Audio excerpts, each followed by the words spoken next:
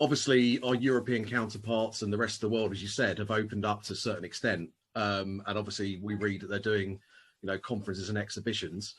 Why do you think that is? I know obviously it's certainly to do with the ownership of venues, but what do you think the other reasons are? Well, I don't think there's any question at all that the UK and the US have handled the virus considerably worse than Germany, France, Italy, despite the tremendous outbreaks in Italy early on.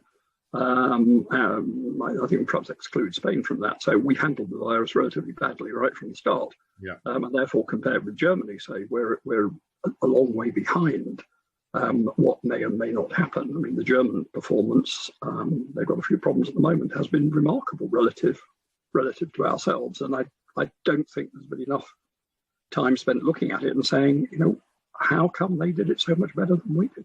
So that's part of it. The other part, of course, is something that we've all been aware of forever. I've been over 30 years on the board of the AEO and its predecessor, the Exhibition Marketing Group.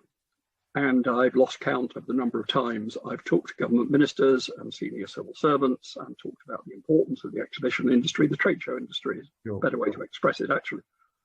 And tried to explain how valuable it is to the country, and how many times I basically just had a blank face. I mean, it is not a culture that is tuned into trade shows. It's not a culture that's tuned into exhibitions. You go and talk to the DCMS and you start talking about exhibitions and events, and they instantly think Glastonbury, or we can't have Glastonbury. We can't have anything like that. Yeah. And it's very, very difficult to persuade them that there is a spectrum of events. And at one end is Glastonbury and indeed Cheltenham, and of course they're very, very, very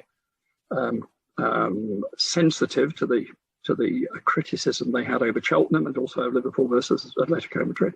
Sure. And they seem to find it terribly difficult to make a distinction between a trade show with 2,000 visitors and the Cheltenham Festival with 250,000.